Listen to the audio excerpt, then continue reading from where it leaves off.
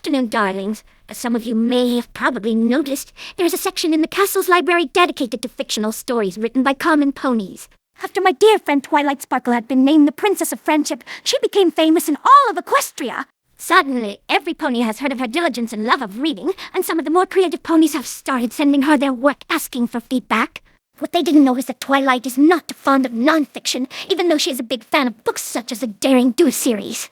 What's more, her newfound duties have found her with even less free time than before. The princess didn't want to let her loyal subjects down, so she has asked you all to help. I've always liked reading a lot, so I didn't mind this task in the slightest. I've read through a whole lot of these stories, and some of them were almost like a masterpiece. Quite a lot of them were pretty good. A small number of them, well, could be better. Recently, I thought of sharing my thoughts with you about some of these tales. I think they deserve some more attention, and it might be useful for those of you who like reading, but don't have the time to read every single piece of literature in existence, like a certain dear friend of mine plans to do. Anyway, please remember, darlings, that it is just my opinion, and if you disagree, that's perfectly fine. In order to keep things organized, I've decided to give these stories a rating from 1 to 10, where 1 is the lowest and 10 is the highest.